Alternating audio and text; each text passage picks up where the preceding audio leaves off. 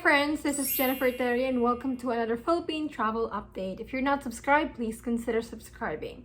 So, what is going on about the travel to the Philippines? Let's talk about Cebu. No? So that statement of the president, ordering Cebu to follow the IATF protocol, well, that was the end of it. And Cebu now follows the IATF protocol po, 10 days quarantine. The only difference is that they would still be testing at the airport. So swab test upon arrival is still there, but you will be tested again too on the 7th day at the hotel po. And the great thing is that it's still free. As a matter of fact, today I was swabbed because remember last June 20th when I arrived, we landed in Cebu, we weren't swabbed.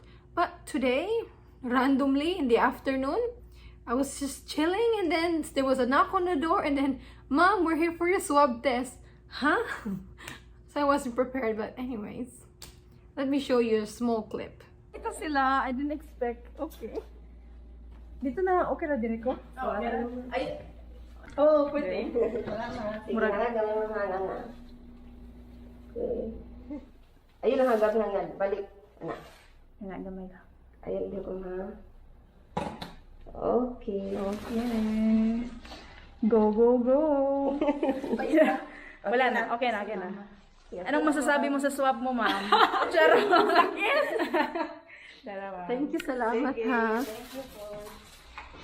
Now, what's interesting is that Dr. Mary Jean Loreche, you know, she's the doctor who is a really staunch supporter, a very strong supporter of the Cebu protocol. Miss Gwen brought her to Manila when she met with the president. Dr. Loreche met with the House of the Representatives to talk about the Cebu protocol.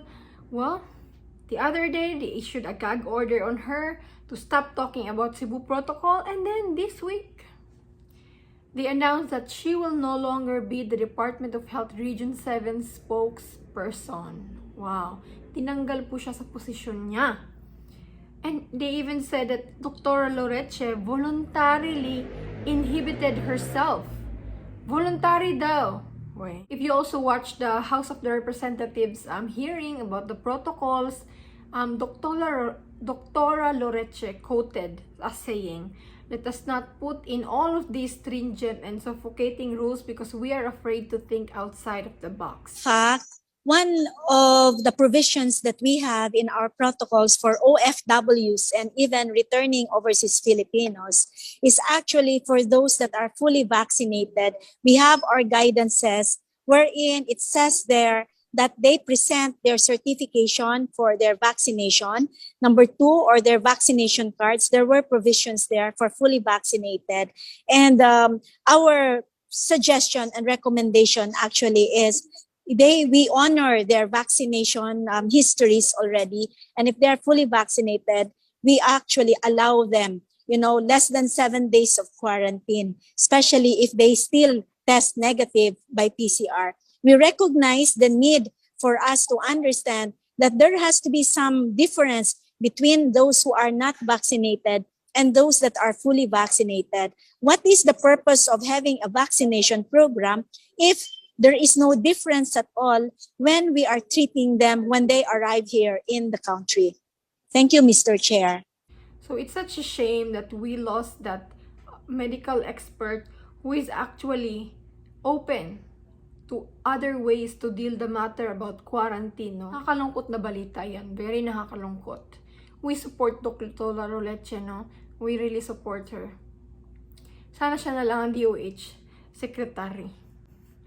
Anyways, guys, with regard to travel restrictions po, there are talks, it's in the news, yung Oman daw will lift the ban, the travel ban. So yung Secretary Bello at some Oman ambassador has met, nagkaroon ng meeting, and they have agreed that Oman, once it lifts its travel restriction, we will also lift our deployment ban. Yun lang po yun. Kasi recently, Oman imposed a ban on travelers from the Philippines, which is in fact, the Philippines has done too. But we were even worse because we banned our own people from Oman.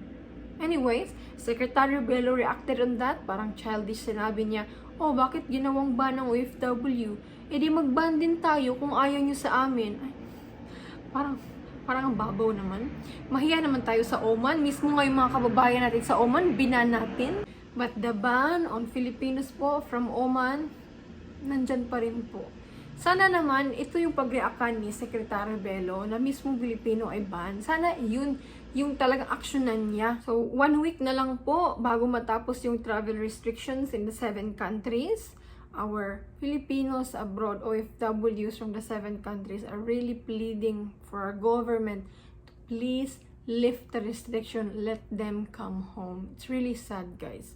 There are thousands affected, and yet there are talagang minumudmud nila sa pamukha natin yung repatriation. Ilan lang ba yung makasakay sa repatriation?